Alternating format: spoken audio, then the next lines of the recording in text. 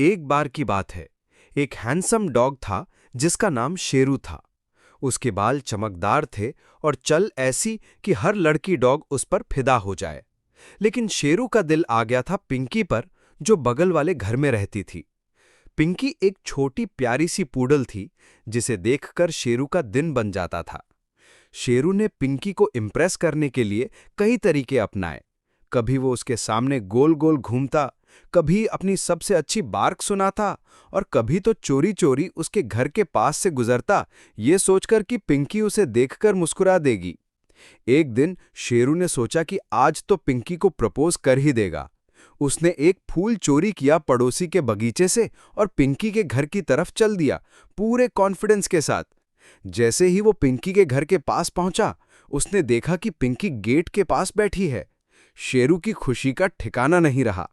लेकिन उसी पल एक मोटा सा गोल मटोल बुलडॉग जिसका नाम गब्बर था, वहां आ टपका।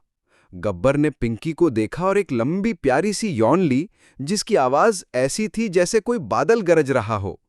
पिंकी ने गब्बर की तरफ देखा और गब्बर ने अपनी बड़ी बड़ी आंखों से पिंकी को एक विंक किया। शेरू तो दंग रह गया। उसे लगा पिंकी उसकी तरफ देखेगी, लेकिन पिंकी तो गब्बर के पास चली गई और अपनी नाक से उसे थोड़ा सा नज किया। गब्बर ने पिंकी को अपनी पीठ पर बैठने का इशारा किया और पिंकी कूदकर उसकी पीठ पर बैठ गई।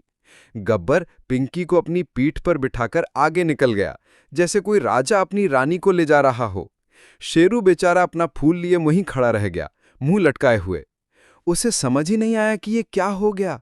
उसका हैंडसम लुक, उसकी स्मार्टनेस, सब गब्बर के एक यौन और विंक के सामने फेल हो गए। मॉरल ऑफ द स्टोरी: कभी कभी दिल जीतने के लिए गुड लुक से ज्यादा क्यूट फैटनेस और एक प्यारा यौन काम आ जाता है।